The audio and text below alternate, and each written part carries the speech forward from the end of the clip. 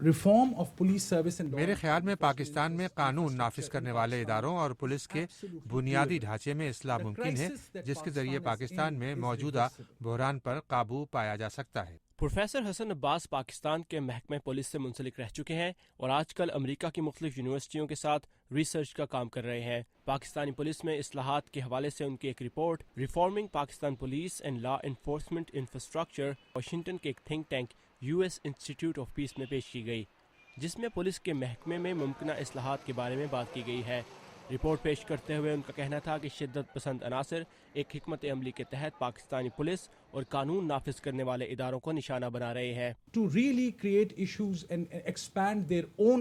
انہیں معلوم ہے کہ اپنے مذموم مقاصد کو فروغ دینے کے لیے انہیں حکومت کی رٹ کو ختم کرنا ہے، اور اس مقصد کے لیے وہ قانون نافذ کرنے والے اداروں کو نشانہ بنا رہے ہیں۔ جبکہ US انسٹیٹیوٹ آف پیس سے منسلک باب پریٹو کا کہنا تھا کہ پاکستانی پولیس اور قانون نافذ کرنے والے اداروں کی مشکلات کا اندازہ اس بات سے لگایا جا سکتا ہے کہ گزشتہ 2 برسوں میں پاکستان میں شدت پسندی اور دہشت گردی سے ہونے والی ہلاکتوں کی تعداد عراق اور افغانستان میں ہونے والی ہلاکتوں سے تجاوز کر چکی ہے۔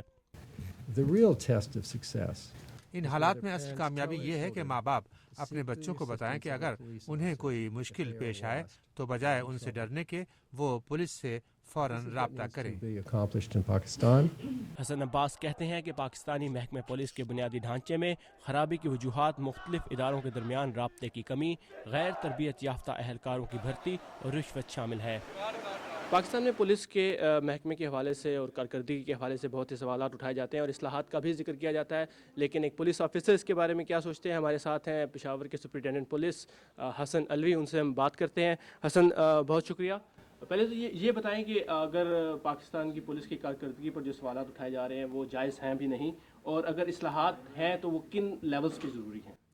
ثاقب، جو اعتراضات اٹھائے جا رہے ہیں وہ ہیں بالکل ٹھیک ہیں۔ اس میں کافی حد تک پولیس کی پرفارمنس اتنی اچھی نہیں رہی جتنا کہ لوگوں کی توقعات تھیں، لیکن اس میں جہاں تک اصلاحات کا تعلق ہے، کچھ لوگ کہتے ہیں کہ جی کہ اگر ہماری ٹریننگ، اگر ہم ریکروٹمنٹ ٹھیک کر لیں تو ہمارا باقی ایشو ٹھیک ہو جائے گا، لیکن سروس کی کنڈیشن کوئی اتنے خاص نہیں ہے۔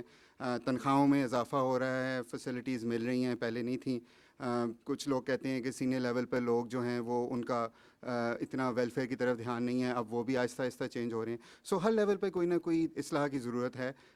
کس حد تک ہے وہ ہر ایک کی اپنی اس بارے میں اوپینین ہے۔ کاؤنٹر انسرجنسی اور دہشت گردی سے نمٹنا ایک بہت زیادہ اس کے لیے اسکل اور مہارت چاہیے، تو اس کے حوالے سے پولیس کا محکمہ کچھ کر رہا ہے؟ جی بالکل، ہمیں آرمی ٹریننگ دے رہی ہے، اور ہماری ایک باقاعدہ ایک ریپڈ رسپانس فورس ہے، ایلیٹ فورس، جو کہ اس قسم کے آپریشنز کے لیے ہم نے تیار کی ہے۔